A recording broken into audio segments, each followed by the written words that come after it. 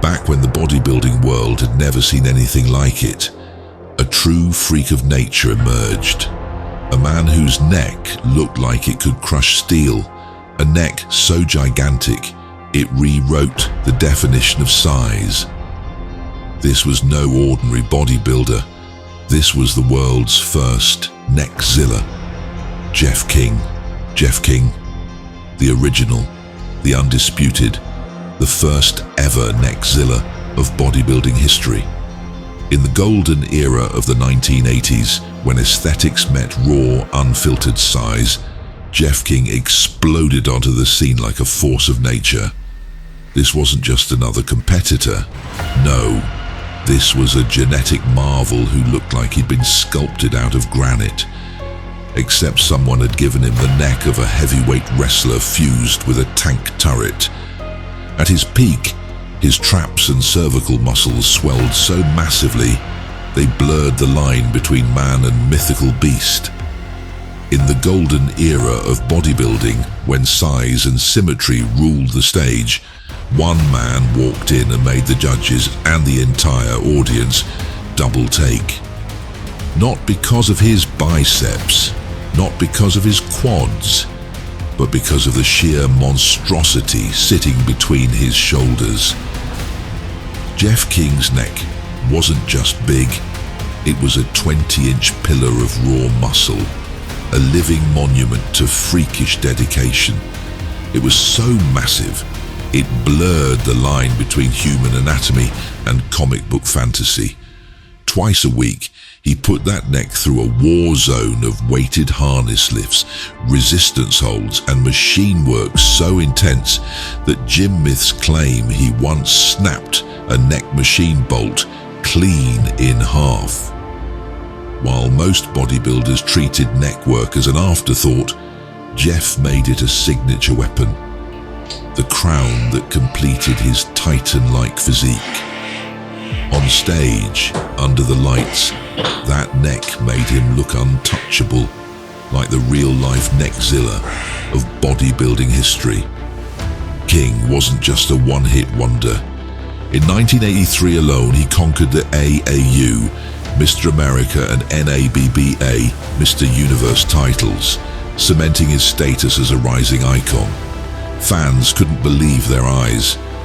Sure, his quads were monstrous. His arms were granite hard, but his neck was the stuff of legend. Bodybuilding veterans say photos didn't do it justice. You had to see it in person to understand just how freakishly developed it was. Some even joke that his head looked like it was sitting on a pair of bowling balls stacked on top of each other. And here's the part that blows everyone's mind. Jeff didn't get that neck by accident. He trained it twice a week, relentlessly. Neck harness work, weighted bridges, shrugs so heavy they'd crush most gym goers. He knew a thick neck wasn't just about looks, it screamed raw power. Every rep built not just muscle, but the legend of NECKZILLA. But here's the twist. Despite his meteoric rise, Jeff never made the jump to the IFBB. Why? Burnout, politics maybe, even the sense that he'd already proven himself. But that decision only made his legacy more mysterious. Fans are still asking, what if Jeff King, NECKZILLA himself, had stepped on an Olympia stage? Would we be talking about an entirely different bodybuilding history today? Jeff King trained like a machine built for mass and power. His routine followed a relentless 3 days on, 1 day off cycle, hammering every major muscle group with brutal precision. Chest, back, neck and abs 1 day, legs and calves the next, then shoulders, arms, neck and abs before a short rest, only to repeat the war again. Every session was a battle of heavy weights, high volume and strategic rep cycling. From bone-crushing sets of 4 to 6 reps, up to pump-inducing 10s and 12s, before dropping back into power phases that turned the gym floor into his battlefield.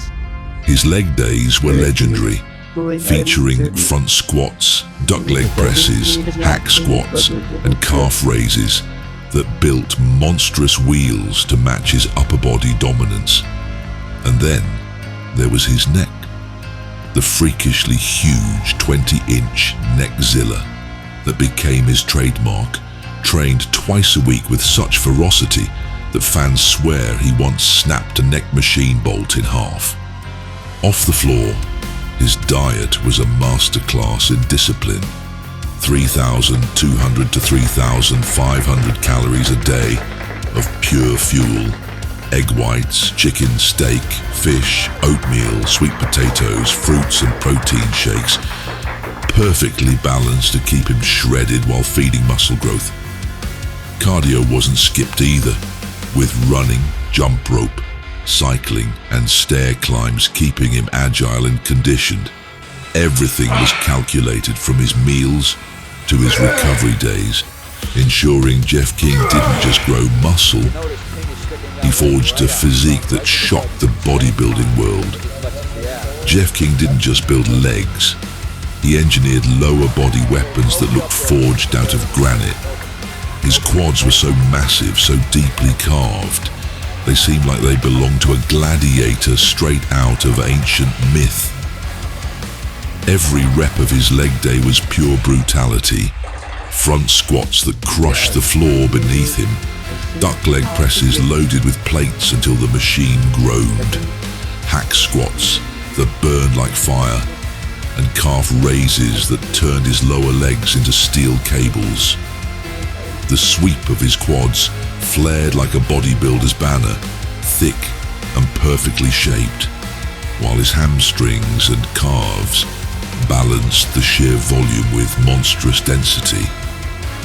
Off-season or on stage, Jeff's legs didn't just match the rest of his legendary physique, they commanded attention, rivaling the most feared lower bodies in the history of bodybuilding.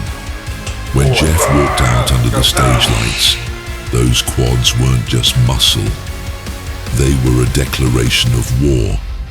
Even decades later, clips of Jeff King's insane physique keep resurfacing online, blowing the minds of a new generation. The legs, epic, the arms, colossal, but the neck remains unmatched. In an era where size is everything, Jeff King proved that some legends are simply untouchable. He wasn't just a champion, he was the first, the original, the forever king of NECKZILLAs.